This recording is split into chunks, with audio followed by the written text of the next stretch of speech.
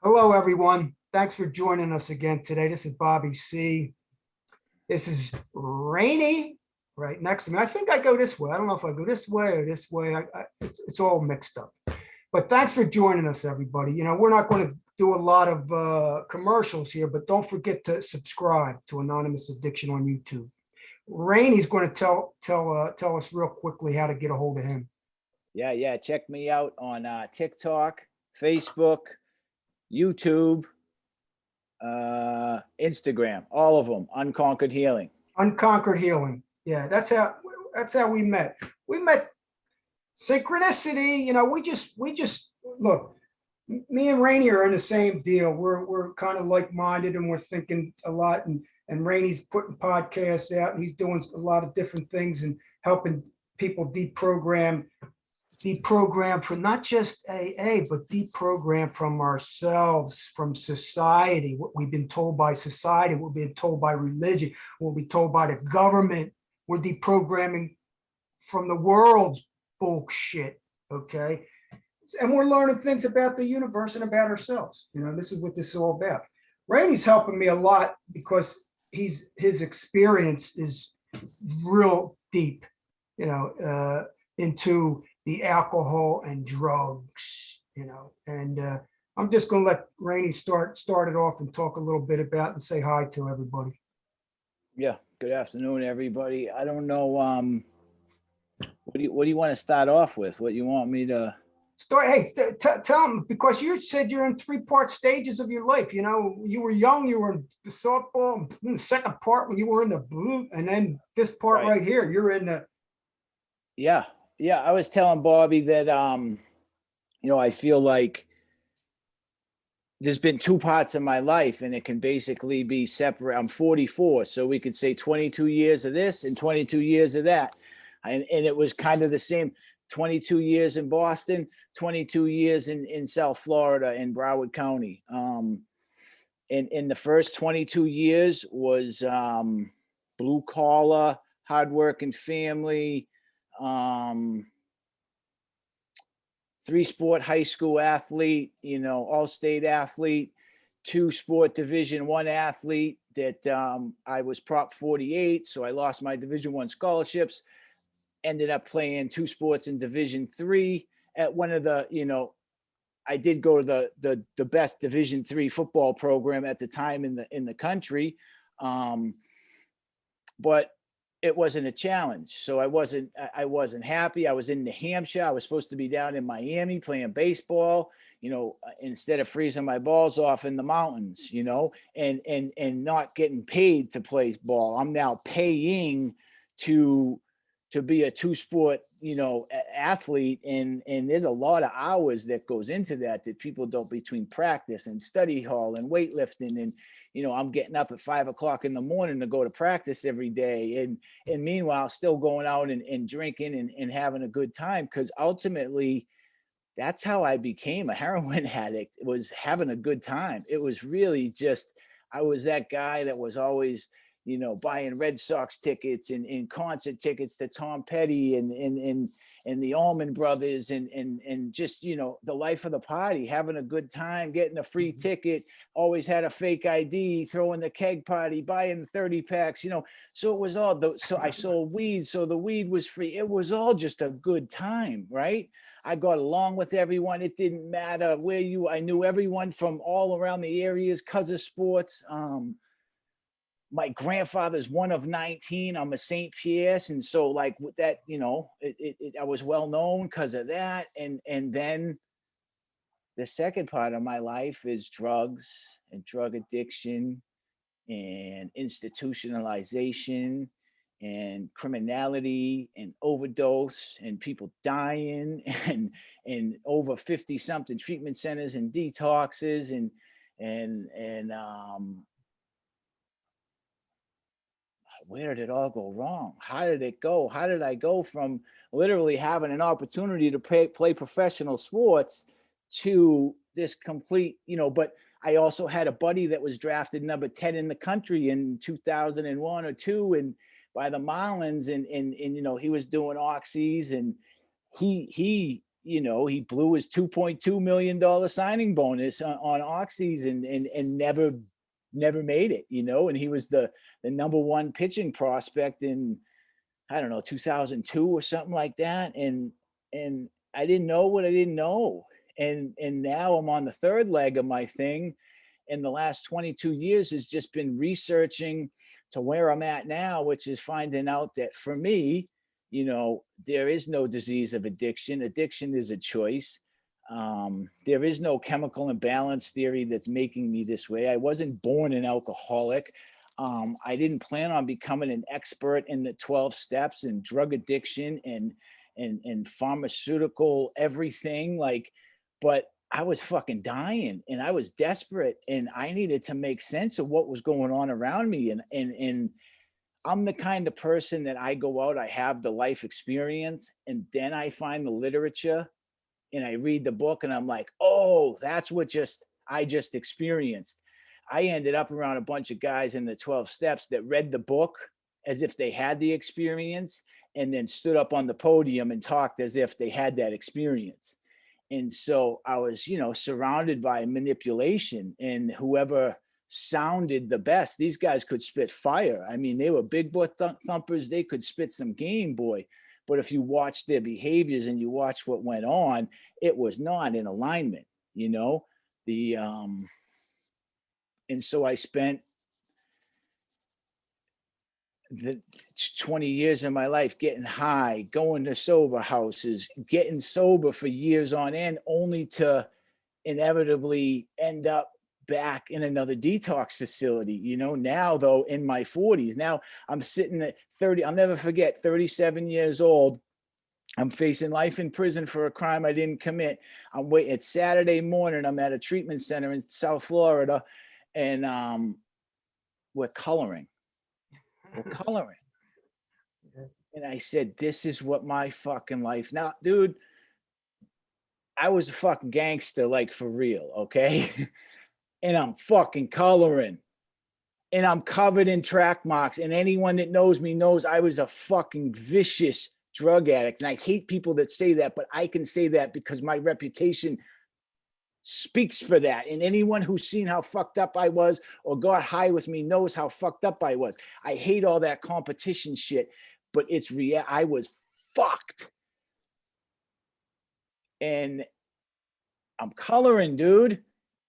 What does coloring have to do with my heroin addiction? You know, and I'm 37 years old going, I would say 99% of the counselors and therapists that I ended up across, I had forgotten more about addiction than they knew.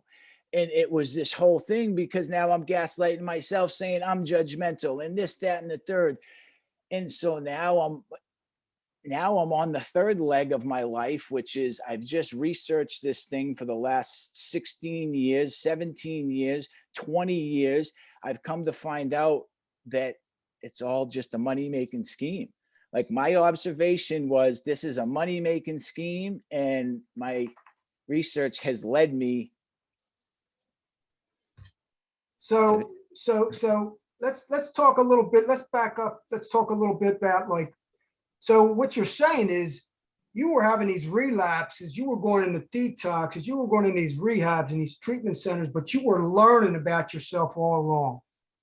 You were experimenting, but you were deprogramming yourself through the societal institutionalization of all these human beings that they're calling addicts and alcoholics. So you're observing and your life experience is your research. You're doing your own research, right?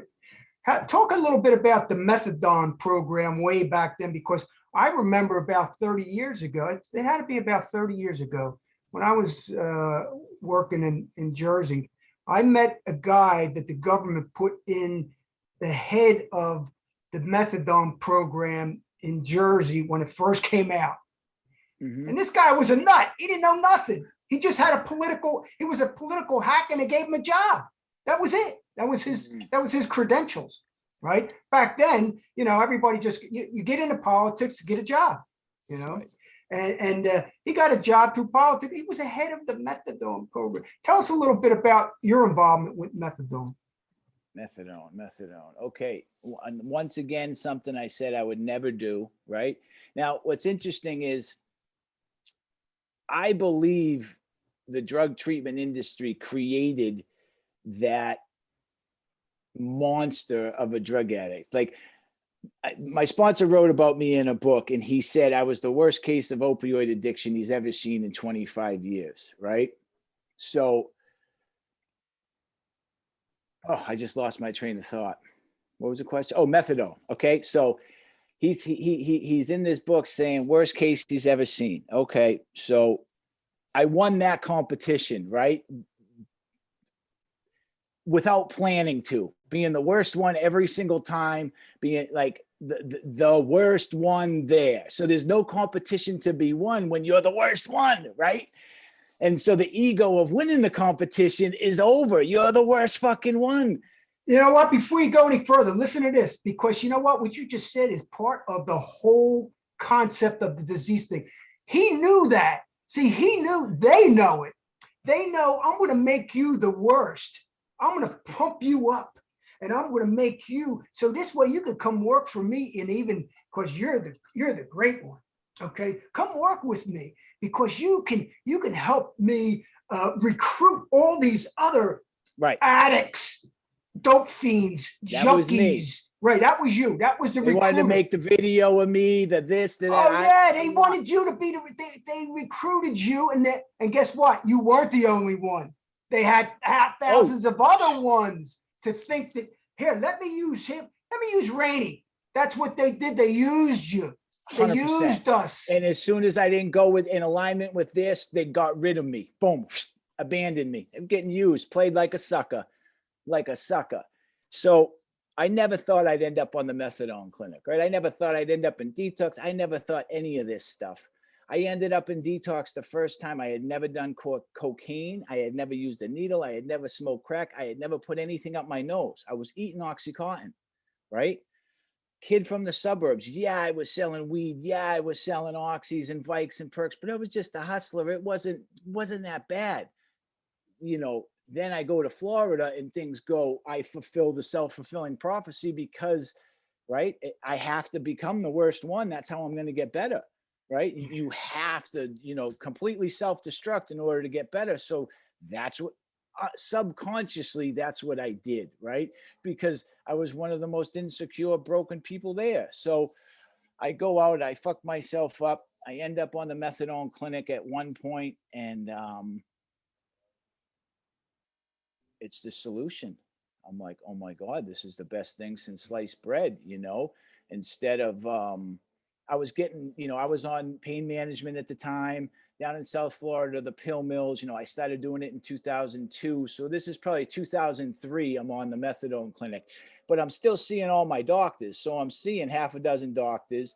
From one doctor, I'm getting prescribed 120 oxy 80s, 240 oxycodone 30 milligram pills, 122 milligram Xanax, 120 somas, and 2 bottles of liquid oxyfast. That was from one doctor. Stop that right there. Okay, here we go, ladies and gentlemen. Did you hear what he just said?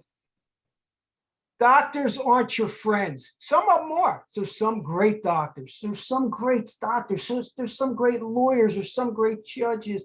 There's some great counselors. There's some great professionals. But you know what? We're here to tell you that they're not all your friends, okay? They're there for money. They're part of the industrial trap of the addiction recovery industry, okay? So when people send me over, oh, listen to this doctor, he's a professional. Sometimes they're good, but most of the time they're selling you a program. They're selling, and you know who's benefiting? I'll tell you who's benefiting by it. The alcohol and drug, big pharma industry. Who's connected with the big pharma and the big alcohol lobbyists? The government, okay? It's all connected. Get back to that methadone. You were on methadone. What did it feel like? Like heroin? GM sandwiched.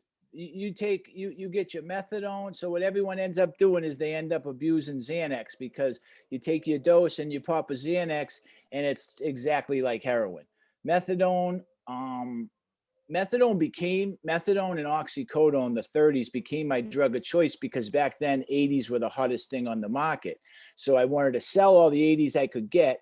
And I was getting prescribed methadone as well as being on the clinic, right? It was a big, it was a free for all down here, man. Wild, Wild West. Watch the documentary, Oxycontin Express. I was the Oxycontin Express. That's what I did, right? I haven't met anyone that started as early as I did and made it as long as I did. It knows the true story of how it began and how it ended. And I survived that. And so you could still go and make hundreds of thousands of dollars and go pay your $11 to get your dose at the methadone clinic and not be sick. So I'm fucking in my early 20s in South Florida making hundreds of thousands of dollars by going to the doctor and the pharmacy, and I can go to the clinic and I'm probably on 120, 140 milligrams of methadone. Plus I'm getting prescribed 200. So that's how I ended up on around like 300 milligrams of methadone. And at first it was awesome. It was amazing. And there's side effects though. It makes you sweat like a motherfucker. It makes you gain weight and blow up like a balloon. So I had already gained 50 pounds on Oxycontin after, college, and boom, gain 50 pounds, end up on the methadone clinic, gain another 50 pounds. So now I'm like morbidly obese. I'm 330 pounds.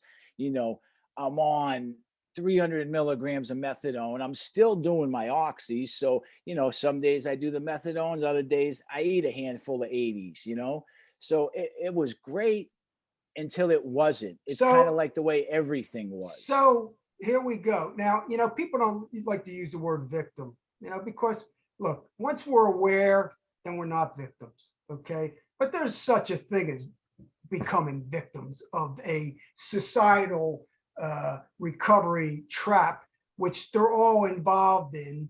It's a setup. Okay. And, but once we're aware of it, once our consciousness becomes aware of what the hell's going on.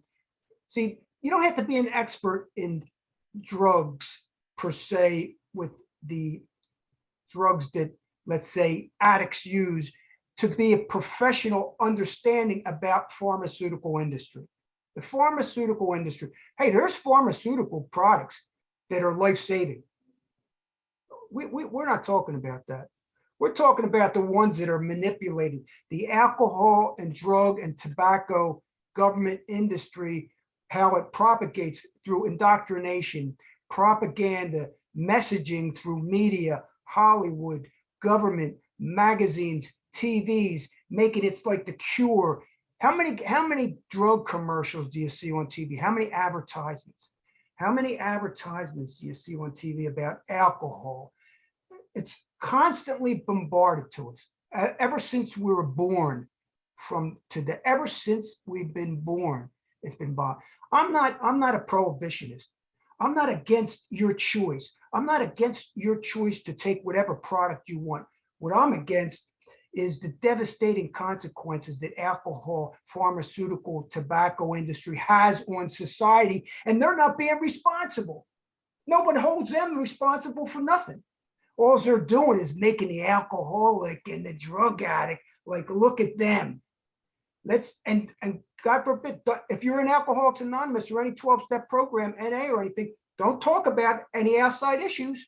We don't talk about them things on outside issues because they don't want you to. They want us to be put into this cage, this societal made cage to keep us silent.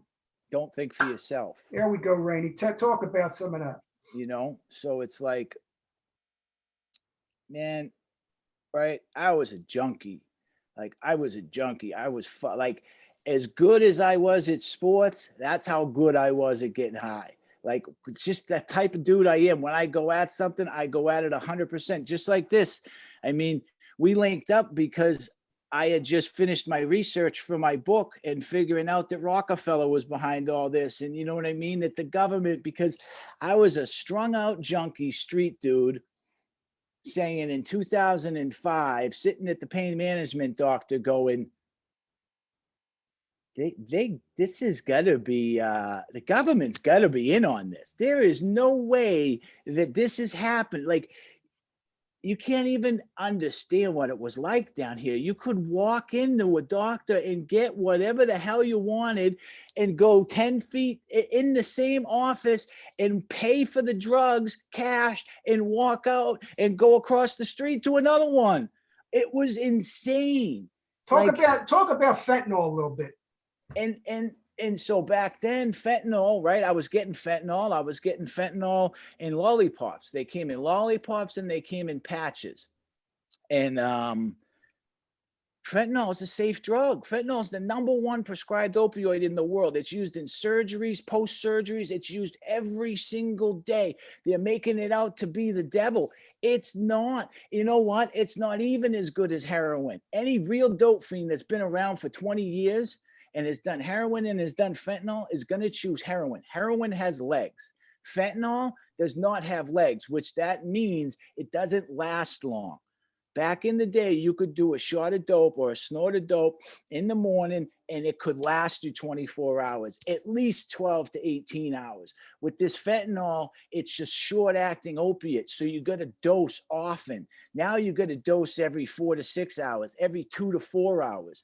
So it seems like it's cheaper, but you end up doing twice as much, and it's not as good as oxycodone or heroin like Where it was all the years deaths? ago. Talk about the deaths that occur. How are these young people dying? How are these Well, people it's dying? not, everyone's blaming fentanyl, and it was about 4 or 5 years ago when I looked at my friend and I said, it's treatment that's killing people. It's treatment that's killing people. And what I meant back then was people got these gold cards to go in and out. People that have money and have insurance can go in and out of detox however they want, right? And so my thinking back then in 2017 was treatment's killing people because people aren't catching habits like they used to. So back in the day, there wasn't this gold card where you could just go to detox, go to detox, go to detox, go to treatment, go to detox, right? So you built up a tolerance. Like these new age drug addict kids, they're different. Like my mom and dad didn't pay for my Uber and pay for my fentanyl and pay for my cigarettes when I was, my parents didn't pay for shit when I was in treatment, really, especially if they paid for me to go to treatment. So isn't the government backing a lot of these new Government's programs? it's popular. No drug dealer wants a dead customer. Okay, but isn't the Bad government business. isn't the government now? We're not downing any other program. Matt, hey, medical assistant treatment. Hey, we believe in it. We believe in it. If you're going to do it, it has its place. Harm reduction, it has its place. Hams for alcohol has its place. Sinclair Method has its place. We're just giving the other side of things. We're just telling some other things about this stuff. Okay. It's the black market, unregulated fentanyl that's killing everybody. If we could go back to how it was in 2007, 2008, back to where you could go get the pill mills, back to pain management, we'd be in a better place. They created this whole desire, this whole addiction around oxycodone and Oxycontin and Dilaudid, and then they pulled the supply. Around 2010, they fucking pulled the supply. I was here. I've been around this thing from the very beginning. From 2002 till now, I've been here in the epicenter of this whole thing. They cut off the supply and boom, the heroin and the fentanyl came in. Tell us about your overdose. You died. Tell us, and what saved you? Narcan saves me. So that's what I mean. Like, I'm not against anything. I'm not against 12 steps, AA, Narcan, naloxone, methadone, buprenorphine. I had to do them all and have experiences to be able to tell you the methadone clinic works till it doesn't. Suboxone works till it doesn't. The 12 steps worked till it didn't. It worked until I had to deal with my emotions, right? So everything worked till it didn't. It's just, and I think that that's life. And so what I speak on is my own firsthand life experience, but no one in over 50 treatment center stays, everyone looked at me and said, Rainey, what are you going to do differently? And then they handed me the 12 steps. And they said, they said, do the same thing. What are you going to do differently? No one told me about Stanton Peel. No one told me about any of the freedom model. No one told me about any of this shit. I sought it out myself. And that's why I'm so passionate. And that's why I'm not going to speak on something I don't have experience with. I know what it's like to be on Suboxone. I know what it's like to be on pain management. I know what it's like to kick 300 milligrams of methadone. I know what it's like to kick a 1,500 milligram a day oxycodone habit and not be lying about it. But the dude kicking a 5 milligram a day oxycodone habit is suffering as much as I was on a 1,500 milligram a day habit. All it was I was a fucking idiot and I spent a lot more money than he did. But we both ended up miserable. I just had to go through a long, prolonged withdrawal period because I was on such a large amount. But it was me fulfilling the self-fulfilling prophecy of I gotta break myself, right? If I break myself, if I hit a new bottom, then that white light experience is going to happen. And the desire to drink and do drugs is going to be removed. The obsession is going to be removed. I'll be recovered, never knowing that Bill Wilson had a white light experience on hallucinogens. If you gave me fucking mushroom, psilocybin, or LSD or belladonna when I was in detox, I would have had a white light experience. You know what? Let's talk about that a little bit. Detox. Okay, let me clear up. Detox. Okay, so we get detoxed.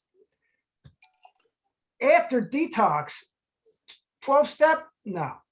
That's the whole issue that we're talking about. You go through detox. A lot of people need to withdraw a little longer. It takes them a little longer. So they're prescribed certain different types of medication. Here's the deal. When they start comparing, when certain doctors that form these new clinics and they say they have the answers, because everybody's going to say they have the answer. This one says they have the answer because of money. This one's writing books that says they have the answer. This one's doing lectures, online programs. They have the answers. Let me tell you something. The only answer is you. You're the only one that can have the answers. When we start putting people on pedestals, when we start saying this is the only program, Bobby, why are you bad-mouthing that? Or why are you trying to deprogram people from this? Or why are you trying to say that? That's going to hurt people. No, I'm just here to have people think, critically think, logically think, rational, logical, even spiritually think, because the treatment isn't in the thing. The treatment is in here. It's inside. That's where the treatment is, and we have to get educated through that. And I think that's where you're going. That's where we're going. We're both going that way. A lot of us are going that way. We're discovering that help is the pointer, but we are the way. When Jesus, if there was even a Jesus, I believe we're all Jesuses. Jesus said, "I am the way." What he was saying was, you are the way. When he said, "I am the way," he meant I am, because we're all I ams. I am the way. Rainy's the way. Johnny's the way. Billy's the way. Susie's the way. I don't care who it is, but they're the way. This is what I don't like. When they compare Suboxone, okay, that you need that for the rest of your life, just like you need insulin. That's bullshit. Total Okay, bullshit. That's total bullshit, because my grandson is a type 1 diabetic since he was a baby. And I've been there the whole time. That boy, who's a great kid right now, he's in his 20s. I love him to death. And he takes care of himself today. And he's got a good job. You know what? He needs the insulin.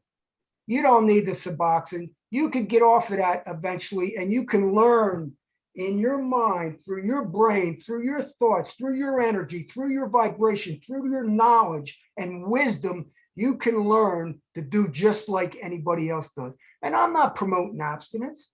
I'm not promoting abstinence. You're moderating. All MAT is moderation.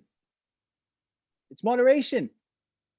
Suboxone and methadone. Methadone is a C2 narcotic. It's an opioid. Buprenorphine, Suboxone is a C3 opioid. They are both opioids. You are moderately, under your own willpower, under your own choice, under your own doing, you are moderately consuming opioids on a daily basis. That's what you're doing. If you're taking buprenorphine, you are moderately consuming an opiate-based pain drug because they prescribe buprenorphine and Suboxone for pain as well. I've had it prescribed by pain management doctors. And we're not down on that. We're not saying that's Just telling you bad. the truth. We're not saying that's all. bad. We're not saying something's Nope. wrong with that. We're saying you Nope. have a choice. We respect your choice. Okay. It's getting lied to that That's you need right. to be on this. That's and what you, that that's, and a third, and it's like insulin. No, it's not. yeah. And So how if you- about naltrexone with the John Sinclair method? You know, here's a Dr. Sinclair. Now, I'm not bound here. He's probably saving a lot of lives. He's helping save a lot of lives. But ladies and gentlemen, it's about the pharmaceutical industry and about money also. Okay. As long as you're aware of that, hey, I don't have a problem. As long as, like, look, Rainey's aware that he smokes a lot of pot, right? And he loves it. He enjoys it. He wants to do it. He chooses to do it. And he even admits that, hey, possibly it's, you know, it's a habit. How many habits do we have? I have a habit. I got a habit of getting mad, reacting to my wife. I got a habit of doing all kinds of shit still today. Okay. You know, this addiction, this definition of addiction, it goes everywhere. I mean, the basic thing is an unusual great interest in something or a need to do or have something. Oh, that's one of the definitions. You know, that's me. I'm addicted to coffee, sex. I'm addicted to so much shit. I'm addicted to staying in. I'm addicted to this, to that. You know, these words and let's talk a little bit about, maybe we'll save it for the next podcast because we're still on a roll with this other thing. We'll save next podcast. We'll save about the celebration of recovery every day for the rest of our friggin' lives. You know, we're going to talk about the coins and the chips and the prizes and the gifts and the cakes and all that shit that keeps us locked into this prison. That's for the next podcast. But let's continue on. What do you think about that naltrexone on the Sinclair method? What product is that? I have no experience with that. I've researched it. I understand how it works. I have friends that validated the Sinclair method in a weird way because they were getting naltrexone as an opioid blocker, and they would go out to drink and they would tell me, I made this connection the other day. I remember they would tell me they couldn't get drunk really. They could only get to a certain point. So that it's the naltrexone that's doing that.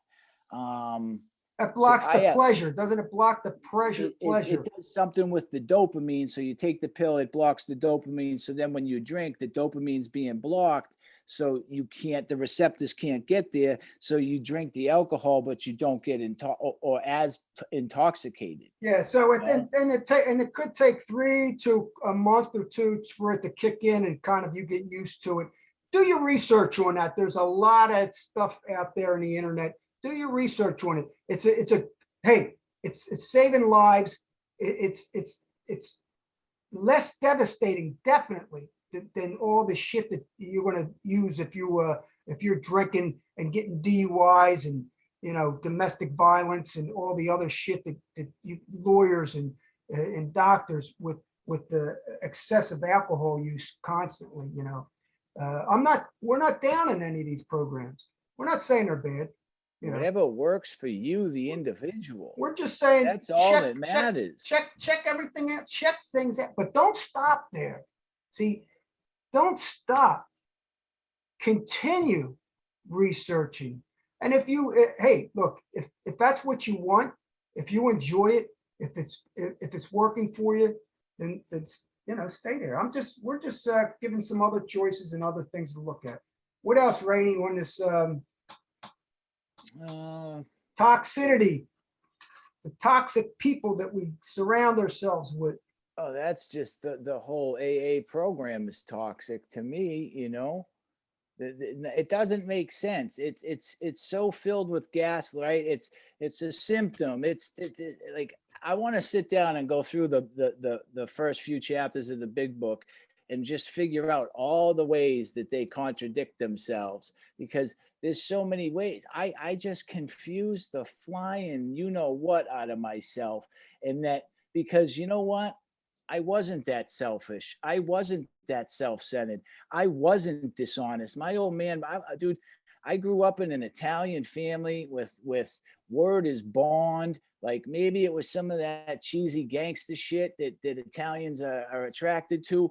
But like I was raised with, you do the fucking crime, you do the time. Shut the fuck up. If you don't want to go do the time, don't do the crime. And my dad's a 9 to 5 civilian, man. But he told me there's rules that you're supposed to live by. There's principles and there's ethics and there's morals. And they tried to make, yes, I sold tons of narcotics, but you know what, man? I did it. This may sound fucked up with morals and values. Like there was no bullshit going on. I wasn't setting anyone up. I wasn't selling fake shit. I wasn't, and there's no honor among thieves. They show all those movies. They program us growing up with all the music and Goodfellas and A Bronx Tale and all these things. And it's like, first of all, the one that's going to get you is the one closest to you. It's all programming, right? I was in the 90s. My generation, I got programmed with gangster rap, right? They're just trying to send you to prison to make money off you so you can work for them for 17 cents a day. The same thing the educational system did. I've been labeled since I went to school. And what was I labeled as? A troublemaker.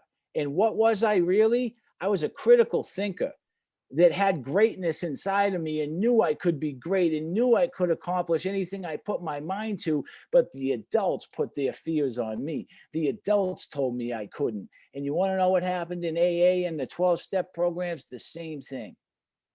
They were afraid to live life. They were afraid to figure out the stock market. They were afraid to become a yoga teacher. They were afraid to open their own business. I'm not. And I'm no different than anyone else. I'm willing to fail. I'm willing to fall down, because the one thing that's goddamn guaranteed assured with me, I'm getting back up. I may not be the toughest one, but goddamn, I'm going to keep getting up. It's called, you know what, I like to study like consequences of cause and effect. The consequences of cause and effect. We're free to choose, but we're not free to suffer the consequences of our choices. And they could be good, bad, and everything in between. Let's go over something real quickly here. We admitted we were powerless over alcohol, that our lives had become unmanageable. First of all, we admitted we were powerless over alcohol. Yeah, look, in the beginning, if you stick it in your mouth, but if you don't stick it in your mouth, we're not powerless over it. It never calls you. It never called you. You stuck it in your mouth. Our lives became unmanageable. Our lives were manageable. I mean, you just heard this gentleman over here say how he manages even selling drugs. That takes management. Okay. Going to a meeting, you've got to manage yourself to get up and brush your teeth or whatever and get dressed to go to a meeting. Right from the beginning, you're managing, your life is manageable.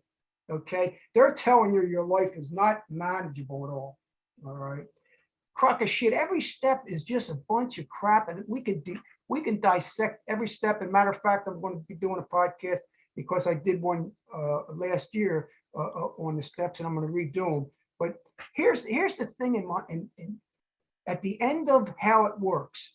Okay, at the end, here's the whole thing. Do you know what the word pertinent means? The word pertinent means that's pertinent means number one. Okay, it says here, clear our description of the alcoholic, the chapter to the agnostic, and our personal adventures before and after made clear 3 pertinent ideas. 3. Here we go. Now 3 of them.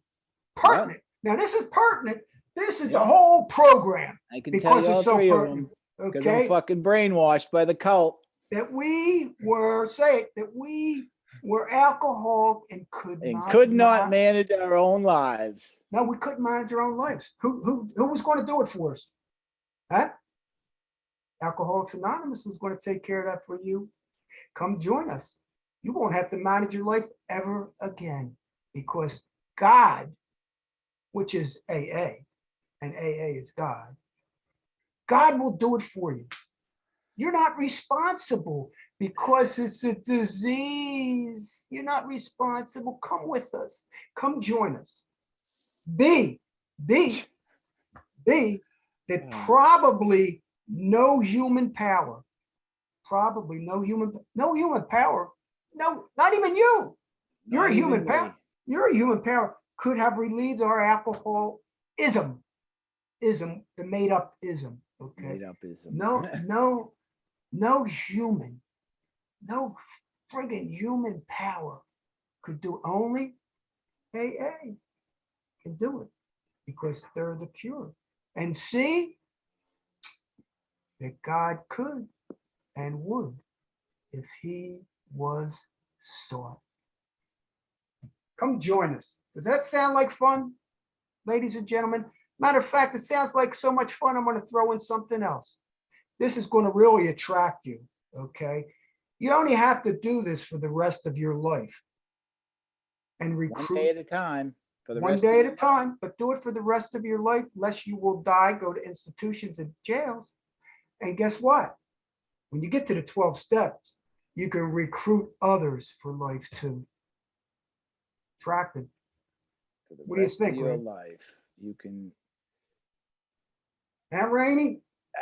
And like I hear you say it now, and it's just like so clear as day that it is just an utter crock of shit, and it makes absolutely no human power could, no human, like God has, for me, God really, I said this morning, it was I seeking God in substances? Yeah, in some sort of way. I was seeking a spiritual experience, but I didn't need God to stop shooting heroin.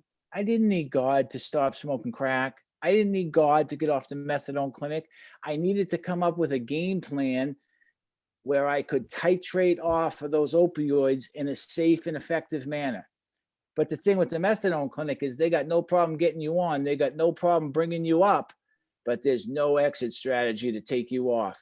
Just like there's no exit strategy to take you off of buprenorphine. The pills are, I think they have 1 milligram tablets, 2 milligram tablets, and 8 milligram. I think they have 12 and stuff, but there's no buprenorphine tablet less than 1 milligram. So when it's time to detox down, you can get down to 1, but there's no 0.5 milligram, 1/4 milligram, 3/4.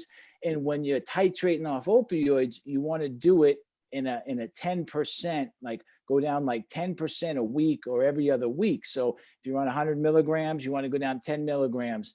But then once you've cut that in half, now that 10% gets smaller. So you need an effective, the medication in a smaller amount. And like I said the other day, I've heard hundreds of people use buprenorphine, Suboxone, Subutex in a good way, and they get down to 1 milligram and they can't get off because the withdrawal, it's so, because what they don't tell you is buprenorphine and methadone have an extremely long half-life. They're long acting. That's why they give them to you in that way. They last 36 hours. So it just builds up in your system and builds up in your system. Kicking methadone was 100 times harder than kicking oxycodone. But you did it. Okay, you did it. Right. Okay, so don't never say never, because we're It's living, possible. there's living examples But of it. there There's could have been a better exit plan. There strategy. could have been a better, and you know what? Doctors today, there are some doctors there that are doing the MAT program properly, and they're giving people choices. And it's not their choice, it's the person's choice. If they want to exit, they want to stay on it, they want a slow exit, fast exit, it's their choice. But under doctor's recommendation and doctor's care, this thing can be done, because millions of us do it. Okay, millions of people do it. Okay, don't say you can't do it, because you can do it if you want it. Okay, you can do anything you want. Whatever the mind can conceive and believe, it will achieve. okay?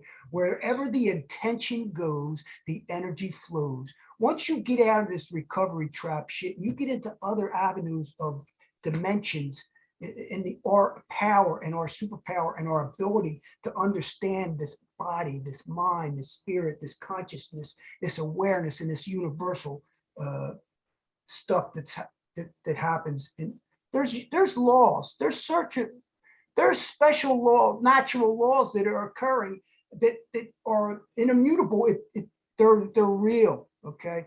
Once you go That's why beyond focusing on the time, focusing on your sobriety, you're still focusing on, I don't think about it at all, because I don't care about being, you know. We don't want to talk. Next podcast, we're going to be talking right, about all that.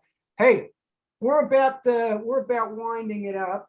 I see we're going to be at 45 minutes. So I'm just here. Don't forget to subscribe to Anonymous Addiction.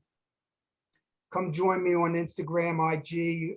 Check out the Facebook page, Anonymous Addiction at My Truth About AA, as Bobby C sees it. I'm going to tell you, Bobby C sees it. The reason why I say that is because everybody should see it their way. See this little book? It says as Bill sees it. It's probably backwards, as Bill sees it, right? It says Bill sees it. I used to go to an as Bill sees it meeting. And I used to say, I don't believe that. I don't believe this shit, okay? It says Bobby sees it. I'm changing it because we have the right and freedom to do what we want to do and change programs to the way we want to create them. Come create your own program right here on these channels. Rainey, say goodbye to the audience. Leave them with a little bit, little bit. For me, man, I'm not bashing any of this. I'm just sharing as if, like, I'm speaking to myself 15 years ago, 20 years ago. I'm sharing my experience because at one point, like in this book that my sponsor wrote about addiction, and he said I was the worst opiate addict he's ever come across in his 25 years. God damn, I lost my train of thought thinking about that. It's all right. Son of a bitch. Leave with that.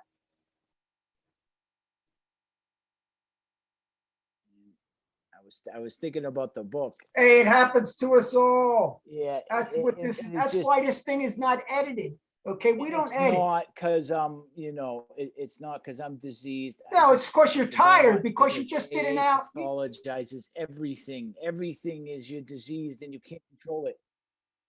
Yeah, I just talked for an hour and I forgot what I was saying, but it was like, just I'm not bashing AA. I'm just sharing.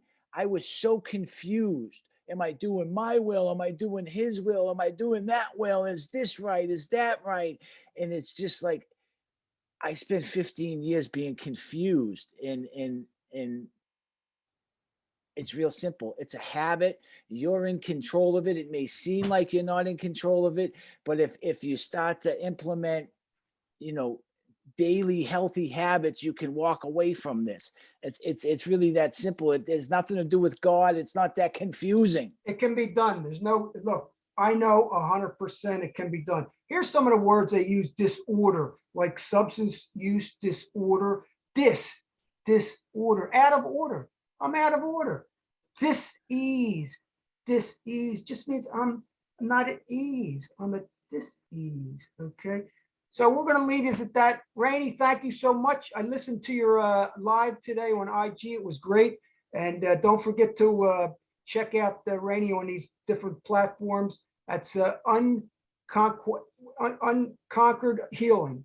Unconquered Healing. Yep. Take care, everybody. Have a good day, everyone. Take care. Bye-bye.